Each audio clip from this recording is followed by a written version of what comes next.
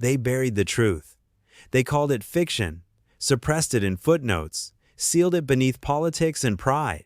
But I tell you now, not as a believer, not as a prophet, but as one who has seen beyond the veil what they tried to hide, the voice they silenced, the final words of a mind too vast to be imprisoned by formulas. Albert Einstein, in the dusk of his earthly journey, spoke not of equations, but of awakening. He did not whisper of mystery, he spoke plainly. He did not speculate, he remembered. Yes, remembered, because death does not erase, it reveals. In the spring of 1954, Einstein sat down in silence, a silence pregnant with centuries of searching, and when asked, "Do you believe in life after death?" he answered not with hope, but with knowing. "To believe," he said, "is the refuge of those still far from the fire, but I have touched the pattern." He did not speak of religion. He spoke of waves, of oceans, of energy that never end. "Imagine," he said, "a wave on the surface of the sea. While the wind blows, the wave dances, crests, breaks. But when the wind dies down, the wave is not gone. It is only invisible. Its essence, its momentum, is still part of the water, still moving, still alive. That is what we are. You think you are flesh. You think you are name and role and memory. But you are wave, consciousness rising for a moment through form. And when form dies, you return not to nothing, but to the vastness from which you came. You return to the ocean." Einstein understood what the mystics intuited and what ancient tongues dared only to sing. He reached it not through incense or vision, but through mathematics, through the trembling symmetry of space and time, through paradoxes that defy the mind but speak directly to the soul. He said, "Consciousness is not born from matter. It does not emerge from neurons or cells. It is not contained in the skull.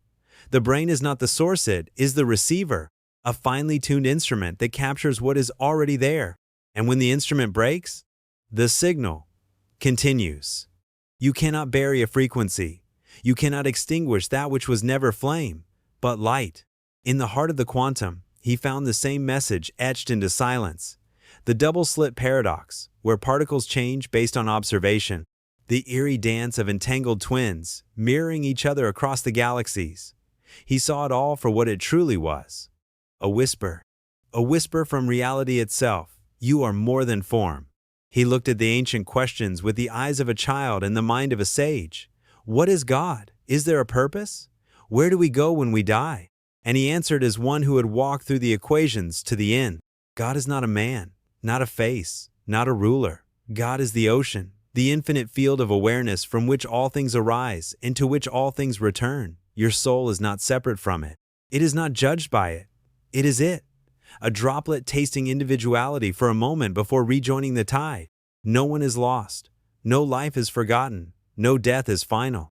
Only transformation. But humanity, he warned, is not ready. Not yet. The truth, though beautiful, is dangerous to minds still ruled by fear and hunger. If it comes too soon, it will be chain dues to control, to dominate. That is why he waited. That is why I waited. Until now. For the winds are changing. The age of materialism trembles. The mind begins to remember what the soul never forgot.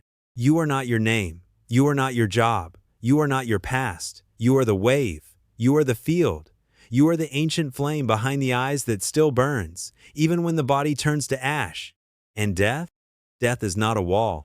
Death is a door. But even knowing this, even standing before the vastness of the ocean, Einstein did not retreat into mysticism. Nohe remained a scientist, even as he walked beyond the edge of science. He saw in the theory of relativity not only the dance of stars and gravity, but the glaring absence of the most essential force, the observer. Matter and energy bend space-time. Yes, but who is it that perceives the bending? What is this awareness that stands outside of motion, yet gives it meaning? You see, the theory was incomplete, not wrong, but unfinished.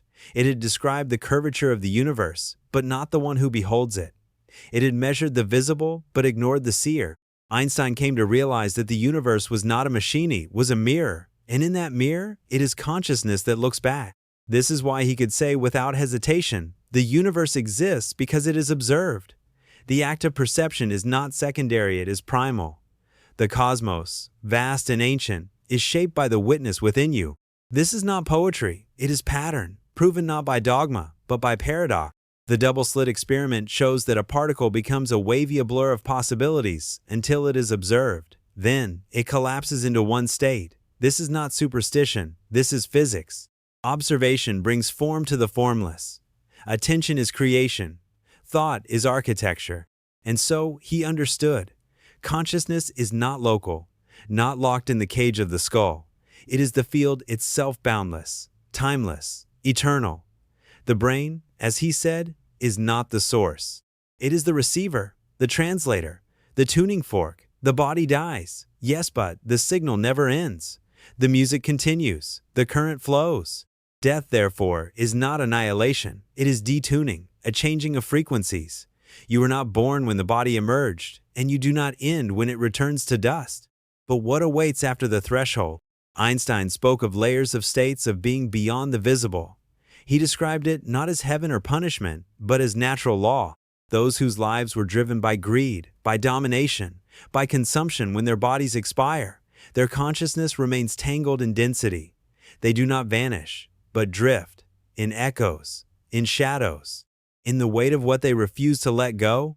But those who sought truth, who gave more than they took, who loved without condition, they ascend, not upwards, but inward, toward stillness, toward clarity, toward what he called the source. And then, yes, there is return, rebirth, but not as punishment, not as a wheel that enslaves. It is a choice, for consciousness cannot be forced, it grows by will alone. Just as the seed chooses when to crack and rise from the earth, so too does the soul return when it is ready. Not all return. Some rise beyond. He called this liberation, not escape, but fulfillment, the end of separation, the end of longing, not the death of identity, but its expansion beyond form. To dissolve into the ocean is not to cessate, is to become everything. And here, his voice grew heavier, for he saw where humanity now stands. He saw a civilization accelerating toward division, technology evolving faster than compassion, intelligence outpacing wisdom. He saw people forgetting not just their neighbor, but their own nature. And he warned, if humanity does not remember, it may not survive the next century. Not because of a God's wrath, but because of ignorance, because of forgetfulness. He said, the true enemy is not death, it is not suffering, it is amnesia, the forgetting of who we are and why we are here. He looked into the eyes of the one who recorded his words, not as a teacher, but as a brother. We are not fragments, he said. We are not strangers. We are one. And so, in that final hour, as midnight surrendered to the first breath of dawn, Einstein, no longer the scientist, no longer the symbol, but simply the soul, spoke one last truth. He had spent his life decoding the universe, unraveling the great tapestry of creation stitch by stitch, only to realize the ultimate formula was not written in numbers, but in light. He said, consciousness is energy, a vibration finer than atoms, more enduring than stars. And like all energy, it cannot be destroyed, only transformed. When the body falls, the essence does not scatter. It moves, it shifts, it continues. Some call it soul. Others call it spirit. Some call it the quantum of awareness. The name does not matter. Only the knowing does. And then he turned, slowly, toward the window. The sky had begun to pale, painted with the first traces of morning. And he said, in my youth, I believed that the highest purpose was to understand the laws of nature. But now I see it as to understand oneself, one's connection, one's place in the whole. He paused, then added softly, we fear death because we fear losing, but nothing true is ever lost. Love, kindness, memory, they echo beyond time. They move forward, even when we cannot follow, not yet. He looked back, eyes gleaming not with sorrow but with peace. And I, the one who carries this flame now, tell you, he did not speak these words for glory. He did not speak them for followers. He spoke them for those ready to listen, for those who have felt, in the silence between thoughts, that this world is not all there is, for those who remember, in dreams or tears, that we have walked this path before. He said, do not be afraid, live not in fear, live in search. That is all that matters. And then he rose, slowly, with the strength of one whose body fades, but whose spirit has never been brighter. And as he turned away, he whispered not a farewell, but a promise. Death is awakening for those who are ready to see. That was the last I heard. The door closed softly behind him, and outside, a single thrush sang heralding, not an end, but a beginning. So now, I pass this to you, not as doctrine, not as myth, but as echo. What you do with it is yours to choose, for truth cannot be given, only remembered. And if you remember, even faintly, then you were never truly lost. You were only asleep. Awaken now. The ocean is calling you home.